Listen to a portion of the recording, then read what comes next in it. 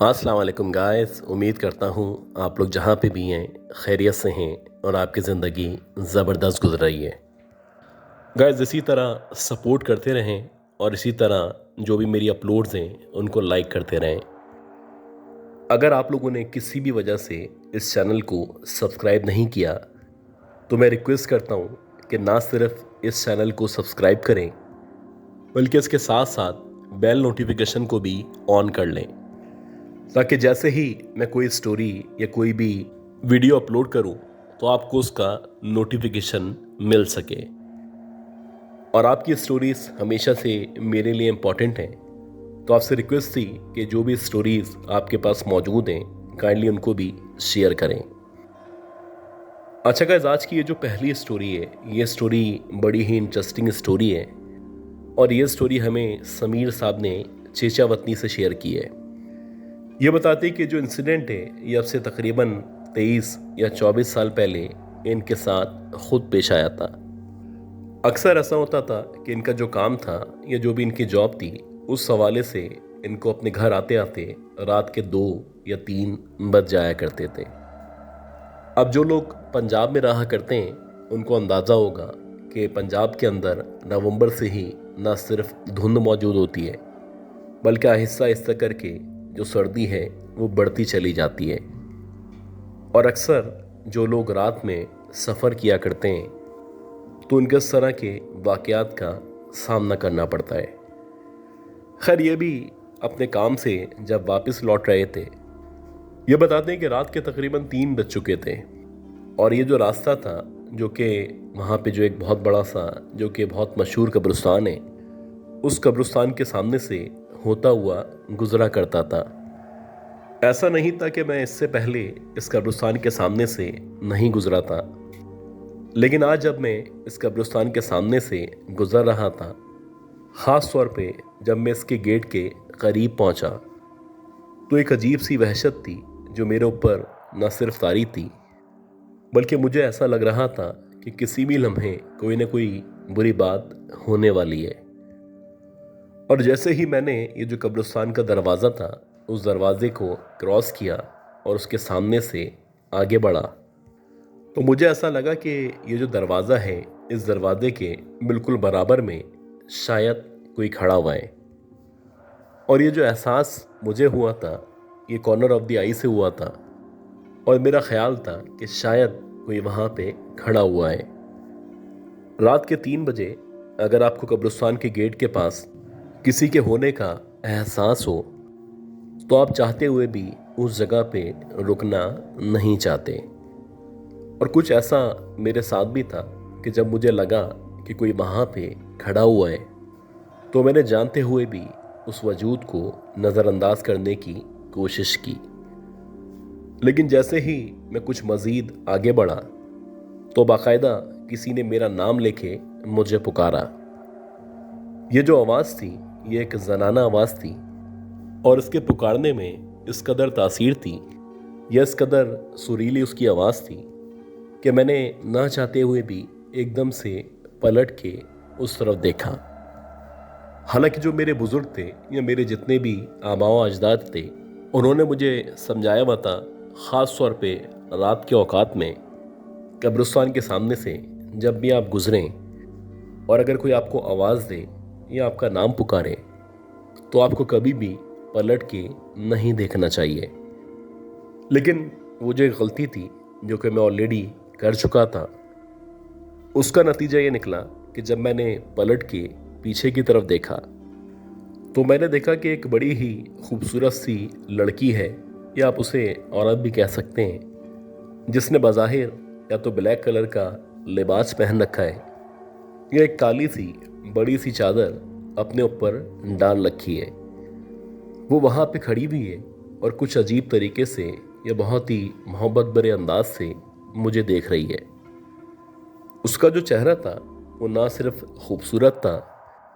बल्कि बज़ाहिर ऐसा लग रहा था कि इस औरत से या इस लड़की से मैं पहले भी मुलाकात कर चुका हूँ। लेकिन इन कुछ सेकंड्स के अंदर अंदर उसके चेहरे पे गौर करने के बावजूद मुझे याद नहीं आ रहा था कि बिलाखिर ये कौन लड़की है जो मेरे सामने ना सिर्फ खड़ी हुई है, बल्कि इसने मेरा नाम लेके मुझे पुकारा है। इसी दौरानिए में जबकि मैं उसके चेहरे पे या उसके नाम पे गौर करने की कोशिश कर रहा था, तो मुझे एकदम से याद आया कि जो हमारा गांव था जहाँ पे हम लोग इससे पहले रहा करते थे, उस गांव के जो चौधरी साहब थे, बज़ाहिर देखने से ये उनकी बीवी लग रही है। और जब मैंने अपने जहन पे मज़ीद ज़ोर डाला तो मुझे एकदम से याद आया कि अभी पिछले महीने ही मेरे किसी दोस्त ने, जो कि हमारे साथ उसी गांव में रहा करता था, मुझे बताया था कि कुछ दिनों पहले ही उनकी बीवी की डेथ हो गई है। अब जैसे ही मेरे जहन में ये ख्याल आया तो एकदम से मैं उस औरत की तरफ बढ़ते बढ़ते न सिर्फ रुका, बल्कि वापस से मैं पलटा और जितना तेज़ी से कदम बढ़ा सकता था, कदम बढ़ाते बढ़ाते आगे बढ़ने लगा। जैसे जैसे मैं आगे बढ़ रहा था, वैसे वैसे मुझे ऐसा लग रहा था कि मेरे पीछे से किसी औरत की खिसियानी सी हंसी की आवाज़ आ रही है। और ऐसा लग रहा है कि वो ना सिर्फ वहाँ पे खड़ी हुई हंस रही है, बल्कि अगले ही लम्हे वो एकदम से मेरे पीछे चलना शुरू कर देगी। अब इस दौरानिए में जितनी भी कुरानी आयात, ख़ास तौर पे ये जो कुल आउज़ु बिरब्बिन नास है, जो कि मुझे ज़बानी याद थी, मैंने बार बार उसकी तिलावत शुरू कर दी।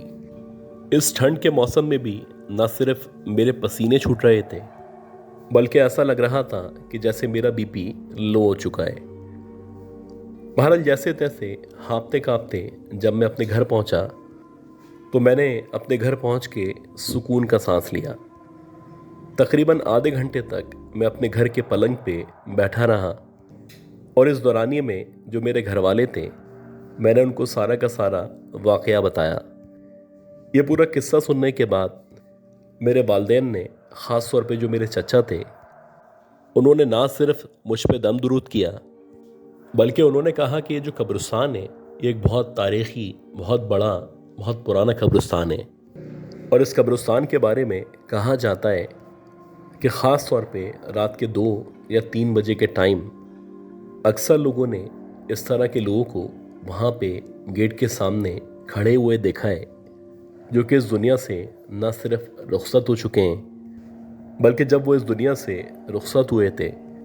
तो उनके जहन में या उनके साथ कोई ना कोई परेशानी चल रही थी और बहुत सारी इस तरह की ख्वाहिशात थीं जो उनकी मुकम्मल नहीं हो सकी थीं।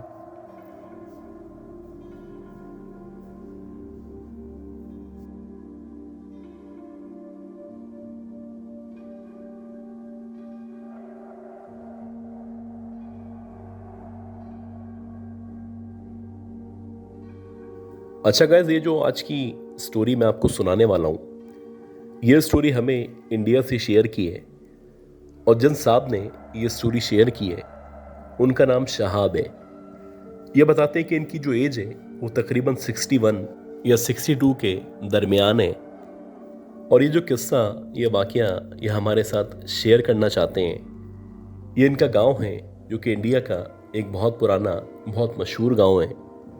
1990 में उस गांव के अंदर इनके साथ ये वाक़या पेश आया था। अक्सर ऐसा होता था कि इनका, क्योंकि जो भी डिपेंडेंसी थी वो खेतों के ऊपर थी, ये लोग बुनियादी तौर पे किसान थे,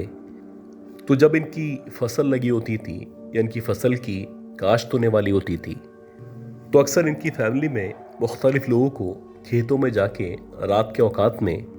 न सिर्फ ड्यूटी देनी होती थी,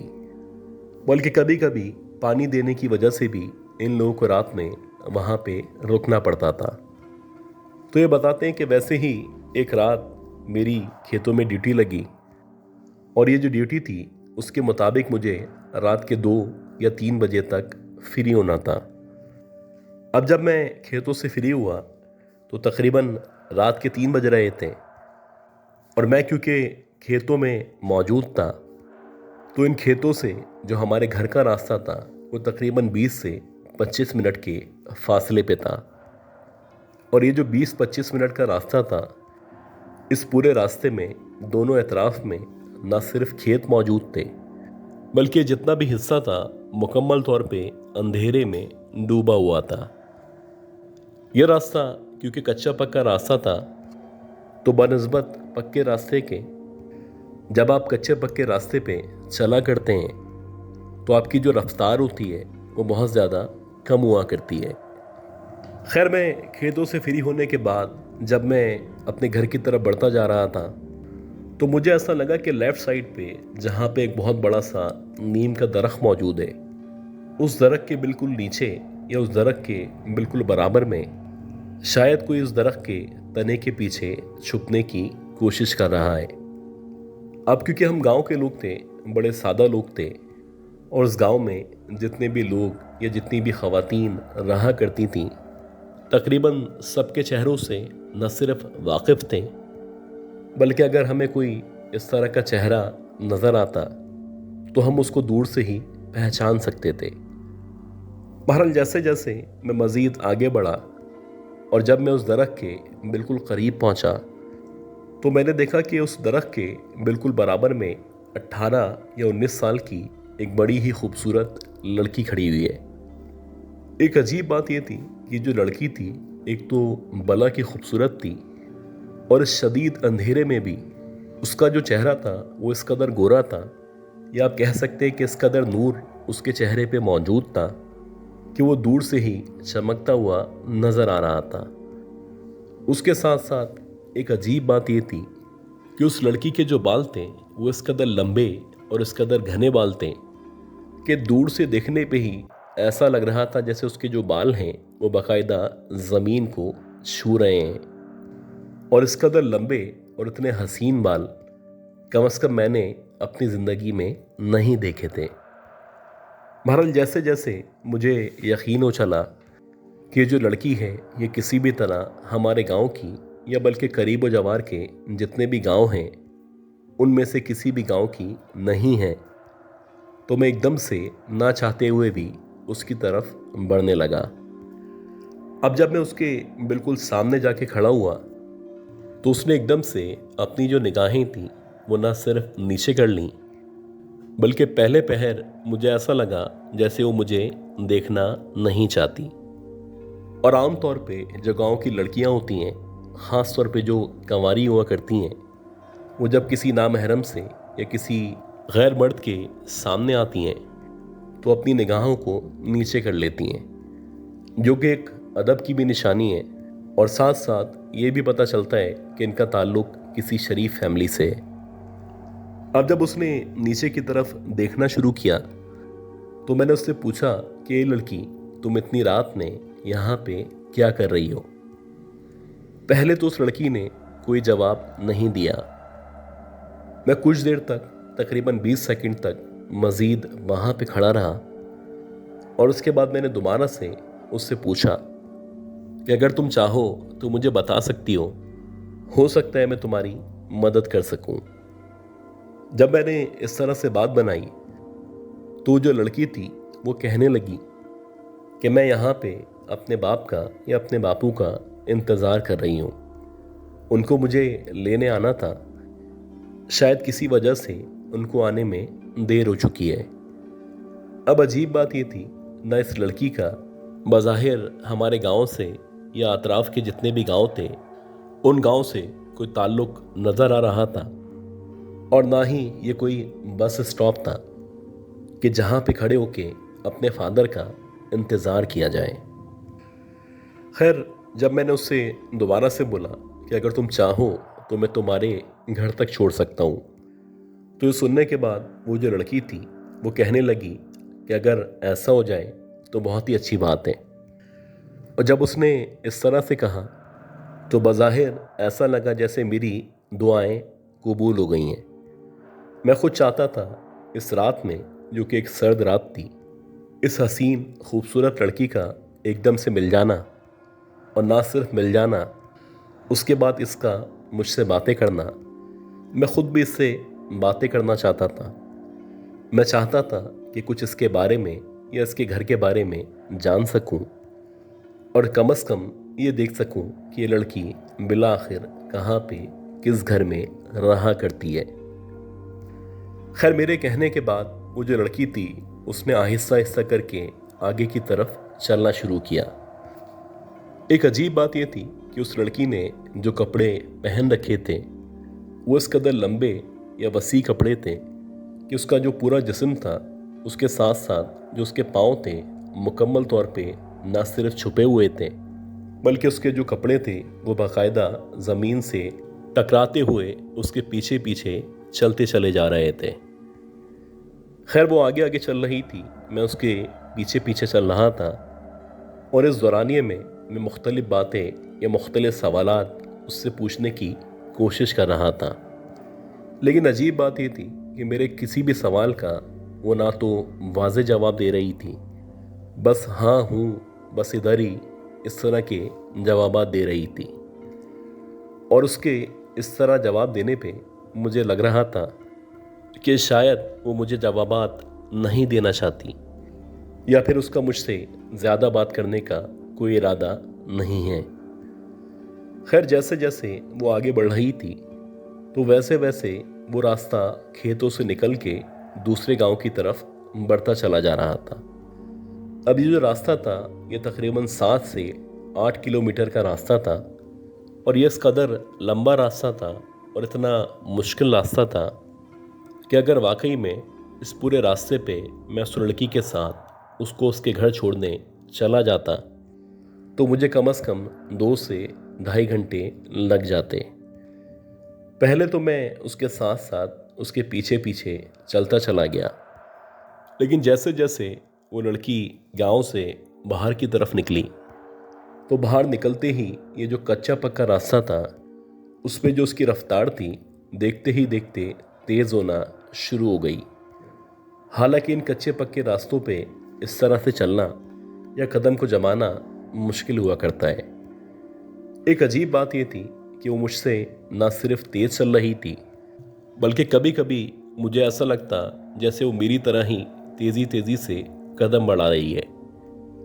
और जबकि कभी कभी ऐसा लगता कि उसके कदम बढ़ नहीं रहे बल्कि शायद उसके कदम ज़मीन से थोड़ी ऊंचाई पे मौजूद हैं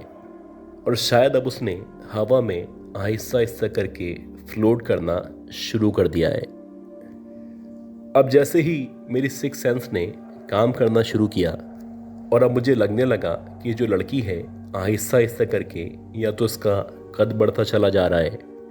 या फिर इसके जो पाँव हैं वो ज़मीन से कुछ इंच ऊपर हो चुके हैं। तो अगले ही लम्हे मैं चाहता था कि मैं अपनी रफ्तार को न सिर्फ स्लो करूं बल्कि मौका पाते ही वापस पलटूं और उससे कहूं कि इससे मज़ीद आगे मैं आपके साथ नहीं जा सकता। इससे पहले कि मैं पलटता या उससे कोई बात करता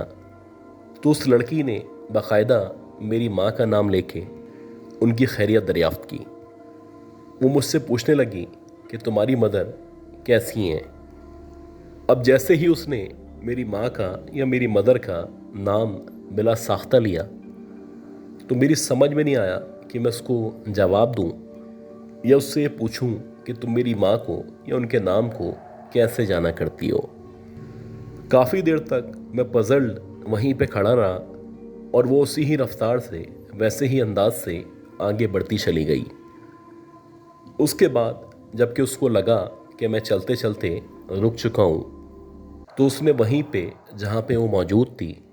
एकदम से अपने आप को भी रोका और रोकते ही फिर उसने मेरी दादी का नाम लिया।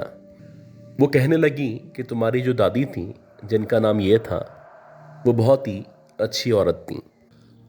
अब जो पानी था वो मुकम्मल तौर पे मेरे सर से न सिर्फ ऊंचा हो चुका था बल्कि अब लगने लगा था कि मैं बहुत ही बड़ी मुसीबत में फंस चुका हूँ। मैं उससे पूछना भी चाहता था, मैं उसको कहना भी चाहता था कि मज़ीद आगे मैं नहीं जा सकता, लेकिन एक अजीब खौफ था, एक अजीब कशमकश थी जो मेरे ऊपर न सिर्फ तारी थी बल्कि अब मुझे लग रहा था कि अगर मैंने इसको मज़ीद मना किया या इसके किसी सवाल का जवाब नहीं दिया तो हो सकता है अगले ही लम्हे जो इसका हकीकी रूप है ये उस रूप में एकदम से मेरे सामने आ जाए। खैर इससे पहले कि मैं उसको किसी बात का जवाब देता तो कहने लगी कि अच्छा बस अब मैं यहाँ से आगे खुद ही चली जाऊंगी। बेहतर यह है कि तुम अभी यहाँ से पलटो और सीधे वापस अपने घर की तरफ बढ़ते चले जाओ। अब जैसे ही उस औरत ने इस तरह की बात की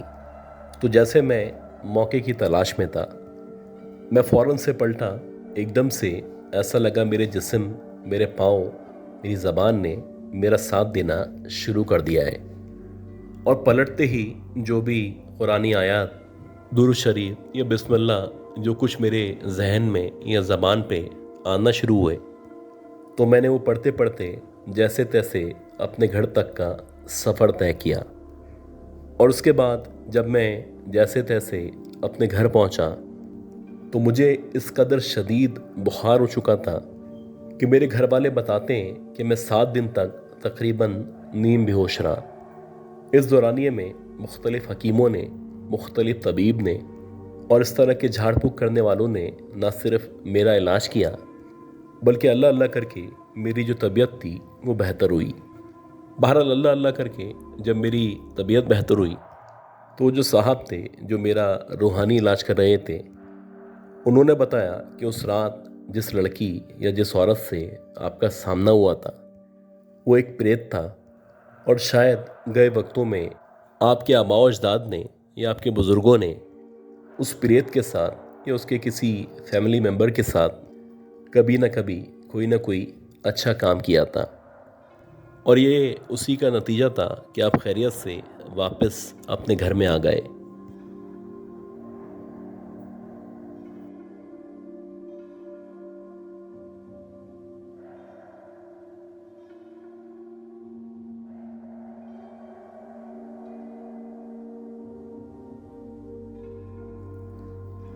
गाइस, आज की ये जो स्टोरी है, ये स्टोरी हमें आमिर शाह साहब ने शेयर की है। और ये जो वाक़यात थे ये इनके साथ अब से तकरीबन 40-45 साल पहले पेश आए थे। ये बताते हैं कि 1978 में हम लोग इंटीरियर सिंध की एक जगह है जामपुर, उससे करीब किसी गांव में रहा करते थे। और हमारे जो फादर थे उनका जो गुज़रो औकात था वो खेती बाड़ी पे मुनहसिर था। छोटी मोटी हमारी ज़मीन भी थी और जैसे जैसे कुछ टाइम गुज़रा और हमारे हालात में बेहतरी आई तो जो हमारे फादर थे उन्होंने सोचा कि क्यों ना इस घर को छोड़ के कोई दूसरा घर ले लिया जाए, क्योंकि एक तो ये जो घर है ये बहुत छोटा सा घर है और इसके अलावा ये जो गांव जहाँ पे हम रहा करते थे यहाँ पे मेरे वालिद साहब के जो दुश्मन थे उनकी कोई कमी नहीं थी। खैर, थोड़ी हिम्मत करके, थोड़ा जज्बा दिखा के मेरे फादर ने कुछ गांव छोड़ के एक और गांव था वहाँ पे एक घर तलाश किया। अब जितने हमारे पास पैसे मौजूद थे या जो हमारे पास बजट था, उस बजट के अंदर हमें एक बड़ा शानदार घर मिल रहा था। और ये जो सौदा था बाज़ाहिर बड़े फ़ायदे का सौदा था। अपने हिसाब से थोड़ी बहुत मालूमात करने के बाद बिलाखिर जो मेरे फादर थे उन्होंने इस मकान का सौदा कर लिया। यूँ हम लोग अपना जो भी छोटा मोटा सामान था वो सामान लेके अपने गांव से तकरीबन 7 या 8 किलोमीटर के फासले पे किसी और गांव में एक नए घर में शिफ्ट हो गए। हम टोटल 5 अफराद थे, जिसमें मैं था, मेरी वालदा थी, मेरे वालिद थे और मेरी 2 बहनें थीं। ये जो घर हमने लिया था इसका जो स्ट्रक्चर था वो कुछ इस तरह से था कि जब हम एंटर हुआ करते थे तो एंटर होने के बाद सबसे पहले आंगन मौजूद था और उस आंगन के सामने 3 बड़े बड़े कमरे मौजूद थे। अगर आप उस आंगन से लेफ्ट साइड की तरफ देखें तो वहाँ पे स्टेयर्स मौजूद थी, जबकि सीधे हाथ पे एक बहुत पुराना सा बरगद का दरख्त मौजूद था। इन स्टेयर्स से अगर आप ऊपर चढ़ के जाएं तो वहाँ पे भी 3 कमरे मौजूद थे। ये जो घर था जो कि हमारे हिसाब से एक बड़ा घर था और जिसे हम अपनी तरक्की समझ रहे थे, उसका जो नीचे का हिस्सा था वो इतना ज़्यादा ज़बरदस्त नहीं बना हुआ था, जबकि जो ऊपर के 3 कमरे थे वो बड़े साफ सुथरे बने हुए थे। हमारे फादर का प्लान भी यही था कि जब हम लोग यहाँ पे शिफ्ट होंगे तो जो नीचे का हिस्सा है वहाँ पे या तो कोई कारोबार करेंगे या फिर ये जो नीचे का हिस्सा है इसको हम किराए पे दे देंगे। अब जब हम उस घर के अंदर शिफ्ट हुए तो शुरू में हमें एहसास हुआ कि ये जो घर है इस घर में ज़रूरत से ज़्यादा सर्दी महसूस होती है। अब क्योंकि हम लोग गांव के रहने वाले थे और गांव के अंदर वैसे भी सर्दी हुआ करती थी तो हमने सोचा कि हो सकता है कि ये जो घर है क्योंकि यहाँ पे दरख्त भी मौजूद है, इसके अलावा पुरानी कंस्ट्रक्शन है, अंग्रेज़ के दौर की कंस्ट्रक्शन है, तो शायद इसी वजह से इसके अंदर जो ईंटें इस्तेमाल की गई हैं, ये जो भी मटेरियल इस्तेमाल किया गया है उसकी वजह से ठंडक ज़्यादा महसूस होती है। खैर जब हम इस घर में शिफ्ट हुए तो हमें शुरू से ही कुछ स्ट्रेंज फीलिंग आना शुरू हुई, जैसे कि हर वक्त ऐसा लगता कि जहाँ पे भी हम खड़े हुए अगर जैसे मेरी मदर किचन में काम कर रही हैं तो उनको ये महसूस होता कि उनके पीछे कोई खड़ा हुआ है, मुसलसल इनको काम करते हुए देख रहा है। इसी तरह जब हम बहन भाई खेल रहे होते तो हमें ऐसा लगता कि कभी कोई ऊपर वाले कमरे से देख रहा है, कभी ऐसा लगता कि कोई पेड़ों के ऊपर बैठा हुआ है और वो हमें देख रहा है। गर्ज के हर वक्त ये एहसास होता कि हमें मुसलसल वॉच किया जा रहा है। एक रात इस तरह से हुआ कि रात के तकरीबन 11:30-12 बजे का टाइम था और आपको पता है कि गांव का जो माहौल था, ख़ास तौर पे उस दौर की जो हम बात कर रहे हैं, तो वैसे भी लोग 7 बजे तक या 8 बजे तक सो जाया करते थे। खैर शदीद सर्दी थी और रात में मुझे वॉशरूम जाने की ज़रूरत महसूस हुई। जब मैं उठ के बैठा तो मुझे ऐसा लगा कि जैसे हमिंग की जो साउंड होती है, जैसे इस तरह करके किसी की आवाज़ आ रही है। पहले मुझे लगा कि शायद मेरा वहम है, लेकिन जब वो दूसरी दफ़ा आई और फिर तीसरी दफ़ा आई तो अब बाकायदा मुझे खौफ महसूस होने लगा। ये जो हमिंग की साउंड थी ये घर के बाहर की तरफ से, यानी जहाँ पे सहन मौजूद था और जहाँ पे बरगद का दरख्त लगा हुआ था, शायद उस तरफ से आ रही थी। अब उस दौर में मेरी इतनी उम्र नहीं थी, छोटी उम्र थी और मैं खौफ का शिकार जल्दी हो जाया करता था। तो जब मैंने ये आवाज़ सुनी तो बजाय इसके मैं वॉशरूम जाता, मैं अपनी माँ से लिपट के दोबारा से आंखें बंद करके लेट गया। अब मुसलसल मैं करवटें बदलता रहा और मुझे अच्छी तरह याद है कि जब तक फजर की अजान नहीं हुई तब तक मुझे मुसलसल ये आवाज़ सुनाई देती रही। खैर जैसे तैसे अल्लाह अल्लाह करके ये रात तो गुजर गई।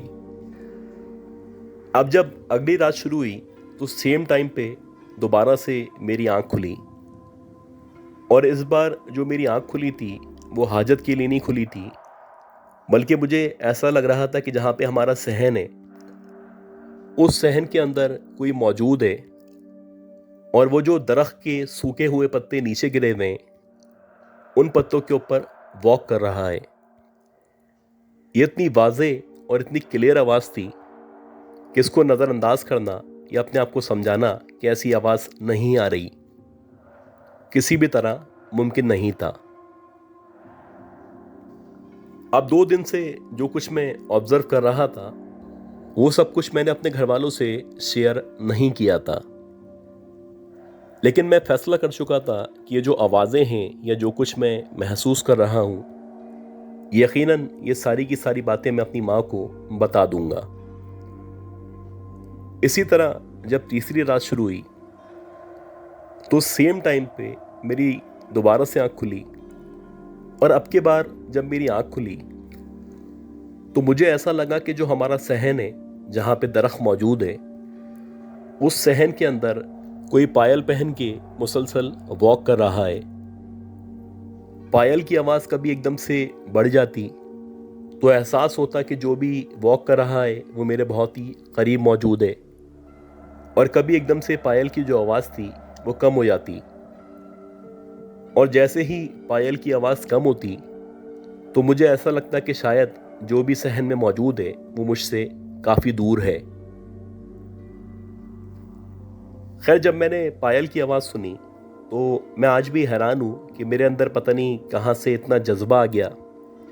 कि मैं उठ के बैठ गया। और ना सिर्फ उठ के बैठा,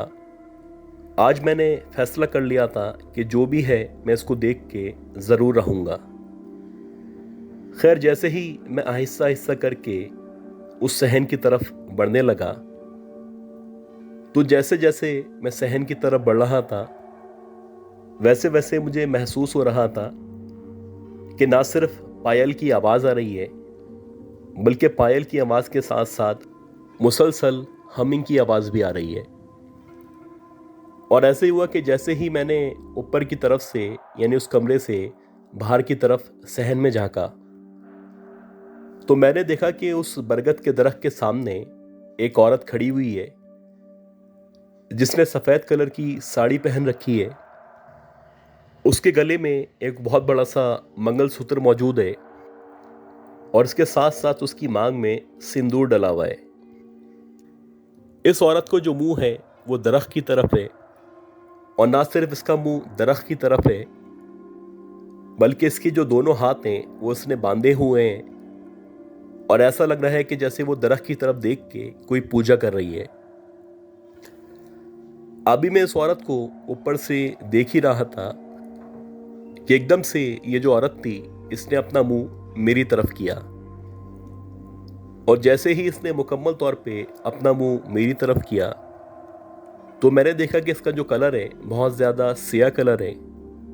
और इसके साथ साथ उसकी जो आंखें हैं,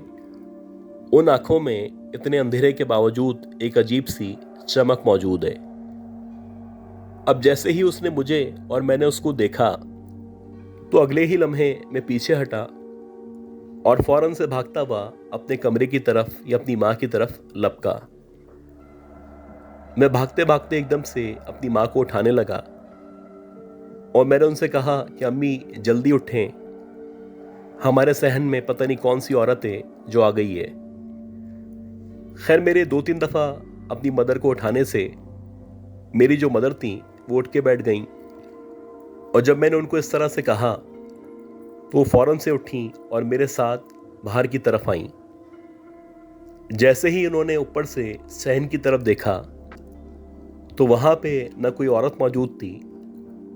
और ना ही किसी औरत का नामो निशान मौजूद था।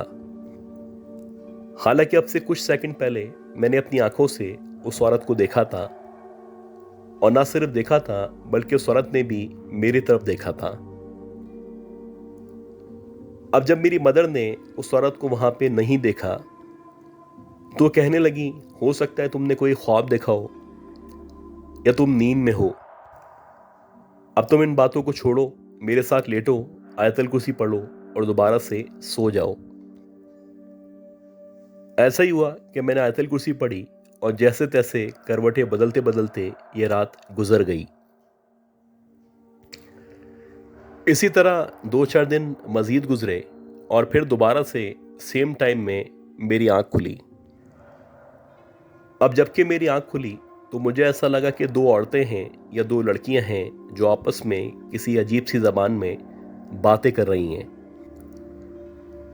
और ये जो दोनों लड़कियों की आवाज़ थी, ये मेरे बहुत करीब से आ रही थी। ऐसा लग रहा था कि जिस पलंग पे मैं लेटा हुआ हूँ, उसके बिल्कुल बराबर में या उसके करीब 2 लड़कियां खड़ी हुई हैं। खैर, जब मैंने आंखें खोल के अपने आगे पीछे चारों तरफ का जायज़ा लिया, तो वहाँ पे न कोई लड़कियां मौजूद थीं, न किसी लड़कियों का नामो निशान मौजूद था।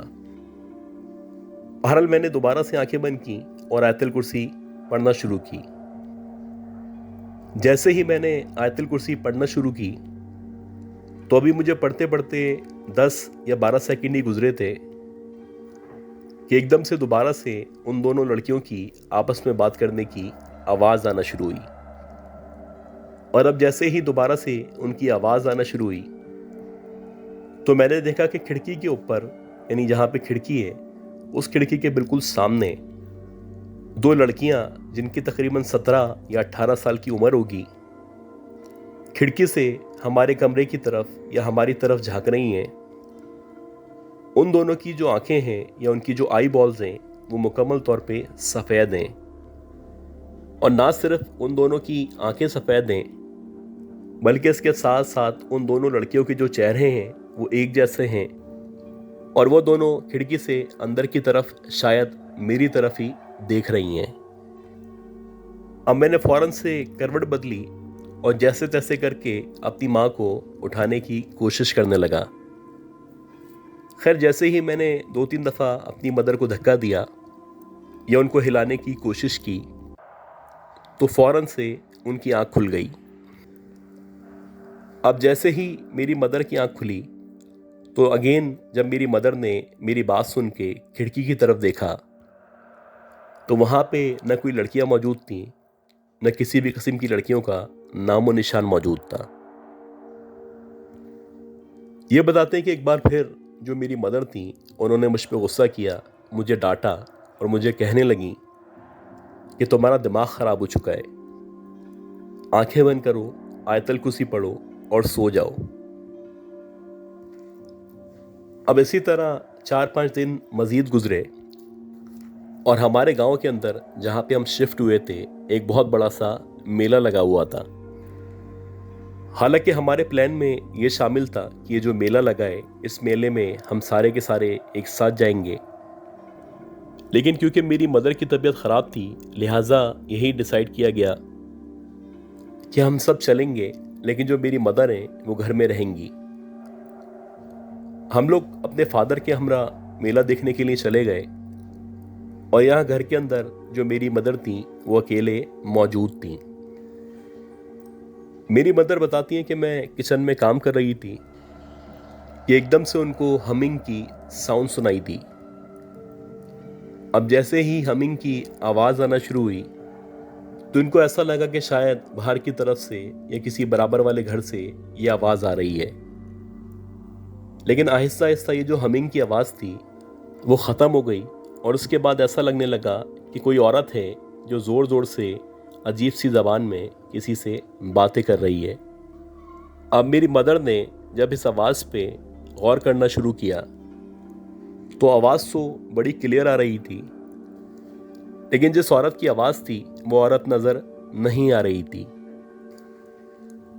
काफ़ी देर तक मेरी मदर इधर देखें कभी उधर देखें, कभी ऐसा लगे कि आवाज़ फर्स्ट फ्लोर से आ रही है, कभी ऐसा लगे कि ये जो आवाज़ है ये बरगद के दरख्त की तरफ से आ रही है। खैर, काफ़ी देर तक जब उनको कोई नज़र नहीं आया तो वो दोबारा से किचन में काम करने लगी। मेरी मदर बताती हैं कि अभी मुझे काम करते हुए 5 या 7 मिनट ही गुजरे थे कि अब बाकायदा मुझे ऐसा लगने लगा कि आहिस्ता आहिस्ता करके पायल की या घुंघरूओं की आवाज़ आ रही है। जैसे जैसे मैंने इस आवाज़ पे गौर करना शुरू किया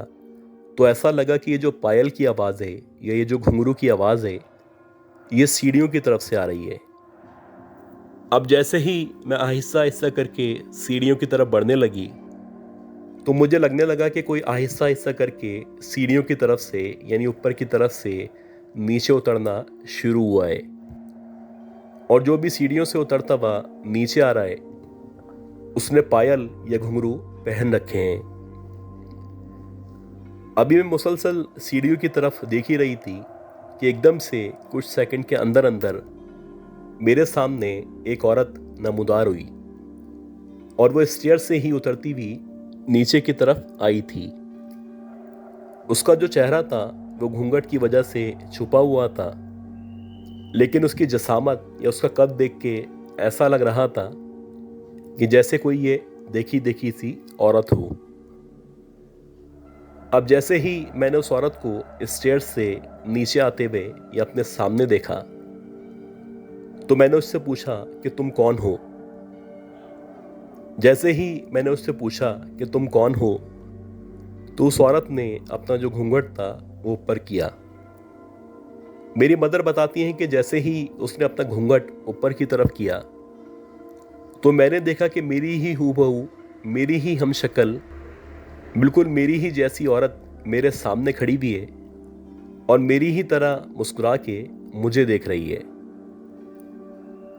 अब जैसे ही मैंने अपनी हमशक्ल औरत को अपने सामने देखा, उसके चेहरे पे एक क्रीपी सी स्माइल देखी तो मैंने फौरन से आयतल कुर्सी पढ़ना शुरू कर दी। जैसे ही मैंने आयतल कुर्सी पढ़ना शुरू की, तो जैसे जैसे मैं आयतल कुर्सी पढ़ रही थी, वैसे वैसे वो जो औरत थी आहिस्ता आहिस्ता करके पीछे की तरफ हटती चली जा रही थी। अब जैसे ही वो मुकम्मल तौर पे पीछे हटी और स्टेयर्स की तरफ से बढ़ती हुई ऊपर की तरफ जाने लगी, तो मेरी मदर अभी फ़ौरन से बाहर की तरफ आ गई। और जब तक हम लोग मेले से वापस नहीं आए, मेरी मदर वहीं पे गेट के बाहर खड़ी हुई हमारा इंतज़ार करती रहीं। अब ये जो वाक़या पेश आया था, ये क्योंकि मेरी मदर के साथ पेश आया था, तो अब उनको यकीन हो चला था कि यहाँ पे कुछ इस तरह की मखलूक़ात मौजूद हैं जो अपनी प्रेजेंस शो कर रही हैं। खैर, हमारे फादर ने जो करीबी मस्जिद थी वहाँ के इमाम साहब से रब्ता किया और उनको सारा का सारा वाक़या बताया। इमाम साहब ने जब अपना हिसाब लगाया, तो हिसाब लगाने के बाद उन्होंने हमारे फादर को कुछ कीलें दी और कुछ आयत पढ़ने के लिए बताईं। उन्होंने कहा कि जब तक ये कीलें आपके घर के चारों तरफ में मौजूद रहेंगी, तो जो भी मखलूक़ात आपके घर में रहा करती हैं वो आपको ना तो नज़र आएंगी और ना ही कोई नुकसान पहुंचा सकेंगी। ये बताते हैं कि काफ़ी अरसे तक हम उस घर में रहे और जब तक उस घर में कीलें लगी रहीं तब तक वो घर महफूज था। और जब हम लोग उस घर से किसी दूसरे घर में शिफ्ट हो गए, तो हमारे बाद जो फैमिली वहाँ पे आई थी, सुना है कि उन लोगों ने वो कीलें निकलवा दी थी। और जब उन्होंने वो कीलें निकलवाई थी, तो उनके साथ दोबारा से वो सब वाक़यात पेश आना शुरू हो चुके थे जो हमारी फैमिली के साथ पेश आया करते थे।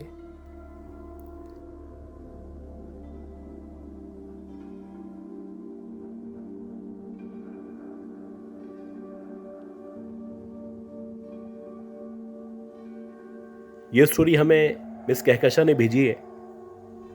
और ये बताती हैं कि ये PCSH ब्लॉक 2 में रहा करती हैं। अब जो लोग PCSH ब्लॉक 2 में रहा करते हैं, उनको पता है कि ये जो एरिया है ये पोश एरिया है और पोश एरिया के साथ साथ बड़ी रौनक वाला कमर्शियल हब है। इस ब्लॉक के अंदर जो रेजिडेंशियल प्लॉट्स हैं या एरिया है, वहाँ पे आम तौर पे 8 बजे 8:30 बजे सन्नाटा हो जाता है। जबकि अगर आप शॉप्स की तरफ या मार्केट की तरफ आ जाएं, तो वहाँ पे 12 बजे तक 12:30 बजे तक रौनक रहा करती है। तो ये बताती हैं कि अक्टूबर 2022 की बात है और इनके कज़न की शादी चल रही थी और शादी के जितने भी इवेंट्स हैं, जो भी प्रोग्राम्स हैं, उनको प्रॉपरली सेलिब्रेट किया जा रहा था। तो अक्सर ऐसा होता था, शादी के दौरानिए में ये लोग रात के 2 बजे तक 3 बजे तक जागा करते थे। तो वैसे ही इनके घर में बारात का प्रोग्राम था और बारात से फ्री होने के बाद 1 या 1:30 बजे ये सारे के सारे लोग वापस आ चुके थे और घर में एक हल्ला गुल्ला था जो मचा हुआ था। इसी तरह रात के तकरीबन 2:45 बज गए और जब रात के 2:45 बजे, तो एकदम से चौकीदार की सीटी बजाने की आवाज़ आने लगी। इसी दौरानिए में इनके अंकल ने कहा कि जाओ ज़रा चौकीदार को रोको, अगर वो रुक जाए तो उसको कुछ खाना दे देंगे। जो नॉर्मली हमारी सोसाइटी में हुआ करता है कि जब भी कोई इवेंट होता है, कोई प्रोग्राम होता है, तो लोग कोशिश करते हैं कि जो मेहनत कश तबका है उसके साथ जितना अच्छा हो सकता है कर सकें। खैर, इसी इरादे से इनके कज़न ने चौकीदार को आवाज़ दी और उसको कहा कि आ जाओ खाना खा लो। अब जब चौकीदार इनके पास आया, आके खाना खाने लगा, तो ये बताती हैं इस दौरानिए में इनके अंकल ने और इनके कज़न ने उससे बातचीत शुरू कर दी। बातचीत के दौरान चौकीदार ने बताया कि पिछले 18 साल से वो इस इलाके में चौकीदारी किया करता है और इस दौरानिए में इसने बहुत सारे वाक़यात हैं या बहुत सारी इस तरह की चीज़ें हैं जो विटनेस की हैं। जब उसने इस तरह की बात की, तो इनके कज़न ने उससे पूछा कि आप ये बताएं कि सबसे खौफनाक वाक़या या सबसे ख़तरनाक वाक़या आपके साथ क्या पेश आया था। यह सुनने के बाद वो जो चौकीदार था वो कहने लगा कि अगर मैं आपको ये वाक़या बताऊंगा तो शायद आप यकीन ना करें। जब उसने इस तरह सस्पेंस क्रिएट किया, तो मेरे कज़न ने कहा अब तो आपको लाजमी ये वाक़या सुनाना पड़ेगा। इसी दौरानिए में हम सब कज़न्स भी उसके करीब आ चुके थे और हमारा इंटरेस्ट भी बढ़ चुका था। चौकीदार ने बताया कि इसी तरह अब से तकरीबन 10-11 साल पहले सर्दियों की रात थी और मैं रात के तकरीबन 3 पौने 3 बजे कब्रिस्तान के करीब कोई गली मौजूद है, उस गली से गुज़र रहा था। तो गली से गुज़रते गुज़रते एकदम से मेरी नज़र एक मकान पे पड़ी और जब मैंने उस मकान को देखा तो मुझे अच्छी तरह याद है कि पिछले काफ़ी सालों से इस मकान को मैंने हमेशा खाली देखा था। लेकिन आज जब मैंने इस मकान पे नज़र डाली तो मैंने देखा कि इस मकान की छत के ऊपर एक आदमी खड़ा हुआ है और वो जो आदमी है वो बहुत ज़्यादा टॉल है और बज़ाहिर ऐसा लग रहा है कि शायद उसका जो कद है वो 7 या 7.5 फीट के दरमियान है। अब क्योंकि मुकम्मल तौर पे रोशनी मौजूद नहीं थी, इतना तो पता था कि कोई छत पे खड़ा हुआ है, बहुत टॉल है और उसने शायद एक चादर अपने गिर्द ओढ़ी हुई है, लेकिन उसके जो जिस्म के खदोखाल थे वो नुमाया नहीं हो रहे थे। अभी मैं उसको देख ही रहा था कि एकदम से पता नहीं क्या हुआ कि मैंने चाहते हुए भी ना चाहते हुए भी साइकिल उस घर के आगे रोक दी। जैसे ही मेरी साइकिल उस घर के आगे रुकी तो एकदम से मैंने उस शख्स पे गौर करना शुरू किया और जब मैंने उस पर गौर करना शुरू किया तो मैंने देखा कि वो जो शख्स है उसके जिस्म का एक एक हिस्सा यानी धड़ सब कुछ मौजूद है, लेकिन उसका जो सर है वो नज़र नहीं आ रहा। बज़ाहिर ऐसा लगता है कि उसने चादर उड़ी हुई है ताकि वो जानबूझ के इस बात को छुपा सके कि उसका धड़ मौजूद है लेकिन उसका सर नहीं है। अब जब मुझे थोड़ा सा डर लगा कि शायद इसका सर मौजूद नहीं है तो एकदम से मैंने नीचे देखना शुरू कर दिया और नीचे देखने के बाद मैंने सोचा कि यहाँ से निकलता हूँ, यहाँ खड़ा होना ठीक नहीं है। अभी मैं साइकिल के पैडल पे पाँव मारने ही वाला था कि एकदम से मुझे ऐसा लगा कि मेरे पीछे से किसी ने चलना शुरू किया है और जैसे ही मुझे ऐसा लगा तो मैंने पलट के देखा और जब मैंने पलट के देखा तो मैंने देखा कि एक शख्स मेरे पीछे खड़ा हुआ है। उसकी भी तकरीबन 7-7.5 फीट की हाइट है, उसका धड़ पूरा जिस्म मौजूद है लेकिन ना ही गर्दन या उससे ऊपर का हिस्सा मौजूद है और ना ही उसका सर नज़र आ रहा है। जब मैंने दोबारा से गौर किया तो वाकई में मेरी बैक साइड पे एक सरकटा खड़ा हुआ था और उसको देखते ही मैंने दोबारा से उस मकान की छत की तरफ देखा जहां मुझे पहले सरकटा नज़र आया था, तो अब वहां पे कोई मौजूद नहीं था। यह देखने के बाद जितना तेज़ हो सकता था मैंने साइकिल भगाना शुरू की और मुसलसल आयतुल कुर्सी पढ़ते हुए जैसे तैसे उस गली से बाहर निकला। अब जब मैं घर पहुंचा तो घर पहुंचने के बाद मुझे शदीद बुखार हो चुका था, मुझे बहुत ज़्यादा सर्दी लग रही थी और मुझे ऐसा लग रहा था कि मेरी हालत बतदरीज ख़राब से ख़राब होती चली जा रही है। तकरीबन उस दिन के बाद से 7 या 8 दिन तक मैं शदीद बीमार रहा। इस दौरानिए में मैंने करीबी जो मस्जिद थी वहाँ के इमाम साहब से रब्ता किया और जब उन्होंने अपने तौर पे हिसाब लगाया तो उन्होंने बताया कि उस रात तुमने जिस मखलूक को देखा था वो वाकई में सरकटा था। अब तुम कोशिश करो कि उस गली से या उस मोहल्ले से ना गुजरो। लेकिन भला ऐसा कैसे हो सकता था, क्योंकि मेरी जो जॉब थी वो ये चौकीदारी की जॉब थी। अगर मैं उस गली में नहीं जाता और कोई वारदात हो जाती तो सारे के सारे मोहल्ले वाले मेरे पीछे पड़ जाते। खैर, मैंने इमाम साहब से कहा कि मुझे कोई तावीज़ दे दें या कुछ दुआएं बता दें ताकि जब भी मैं उस घर के सामने से या उस गली से गुजरूं तो मेरा सामना उस सरकटे से ना हो। इमाम साहब ने मुझे एक तावीज़ दिया और कुछ दुआएं बताईं और मुझे कहा कि जब भी तुम उस गली में एंटर हो तो एंटर होते ही ये दुआएं पढ़ लो और जैसे ही वो गली ख़त्म हो तो वापस पलट के वहाँ पे नहीं देखना। उस चौकीदार के मुताबिक बहुत सारे और लोगों ने और दीगर चौकीदारों ने उस गली में, ख़ास तौर पे उस घर में उस सरकटे को विटनेस किया है। तो गाइस, मैं उम्मीद करता हूँ जो स्टोरीज़ मैंने आज शेयर की हैं, ये सारी की सारी स्टोरीज़ आपको पसंद आई होंगी। अगर आप लोगों को ये स्टोरीज़ पसंद आई हैं तो आप भी अपनी स्टोरीज़ को शेयर करें, और अगर आपने अब तक लाइक नहीं किया तो उसको लाइक कर दें। दुआ करें कि अल्लाह ताला मुझे, मेरी फैमिली को, हम सबको, आप सबको सेहत दे, ज़िंदगी दे, सलामती दे। मेरी अगली अपलोड तक के लिए अपना बहुत ही ख्याल रखिएगा। अल्लाह हाफ़िज़।